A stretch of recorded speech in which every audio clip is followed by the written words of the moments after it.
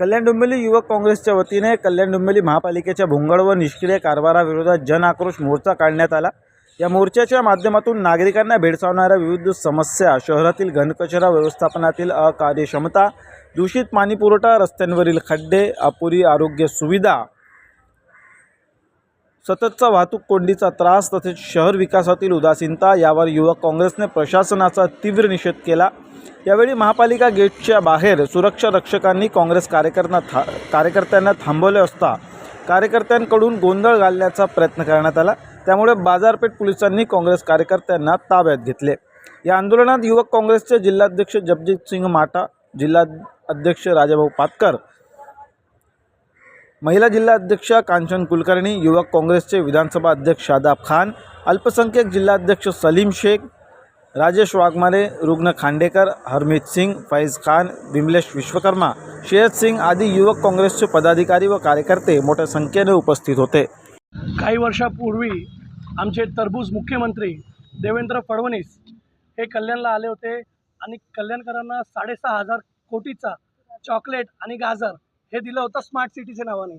बघायला गेलो तर कल्याण आणि डोंबिवली फक्त नावाची स्मार्ट सिटी आहे।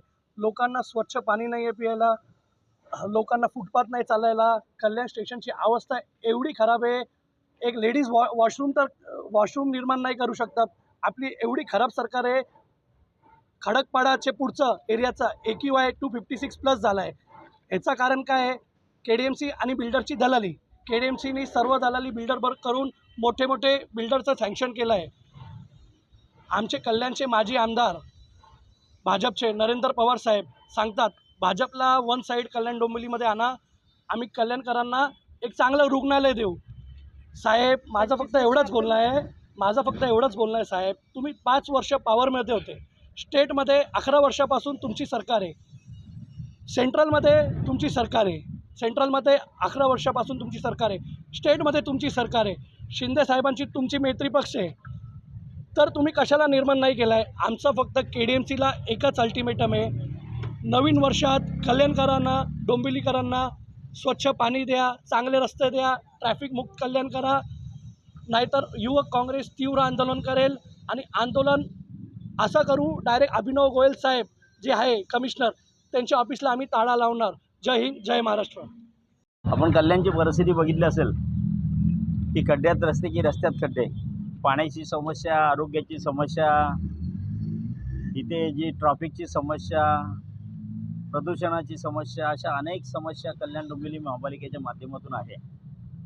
माझे युवाचे सहकारी युवक अध्यक्ष जगजीत सिंह आणि त्यांचे सर्व सहकारी युवक काँग्रेसच्या माध्यमातून या ठिकाणी कमिशनरांना, पोलीस स्टेशनला, सगळ्यांना, प्रशासनाला पत्र दिलेलं की या पत्र यासाठी दिलेलं की आम्ही ही जी चाललेली आहे दडपशाही, याचा निषेध किंवा याच्यावरती तुम्ही योग्य सुयोजन करा। परंतु ही मंडळी पुढे न येता पोलीस बळाचा वापर करून कार्यकर्त्यांना पोलीस व्हॅनमध्ये डांबून प्रशासकीय दबाव टाकून विरोधी पक्षाला दाबण्याचं काम या ठिकाणी चाललेलं आहे। युथ काँग्रेसनी कल्याणमध्ये कल्याण डोंबिवलीचे विविध समस्या आहे याला अनुसरून केला होता। जसं काय चांगलं आरोग्य नाही आहे महानगरपालिकेकडे देण्यास, चांगलं पाणी नाही आहे, गेले 25 वर्ष जर मूलभूत सुविधेनी कल्याण डोंबिवलीकर वंचित असतील तर यांनी खुर्ची खाली करायची आणि काम करणाऱ्याला संधी द्यायची।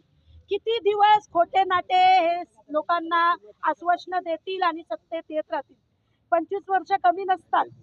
गेले 25 वर्ष भाजप आणि शिवसेना दोन्ही मिळून यांनी महापौर बसवलंय आणि गेले 11 वर्ष केंद्रात आणि राज्यात त्यांची सरकार आहे। इतका बट्टा भोळ कारभार आहे यांचा। आश्वासनं 6,500 कोटीची आणि महानगरपालिका 6.5 रुपयासाठी वंचित। ही अवस्था महानगरपालिकेची करून ठेवली आहे। लवकरात लवकर यांनी जे रस्त्यांची कामं जाणून बुजून पत्रे मारून ठेवली आहे, कामं तर कुठेच सुरू नाही यांची। फक्त चांगले रस्ते खणायचे, टक्केवारी घ्यायची, फक्त हेच सुरू आहे।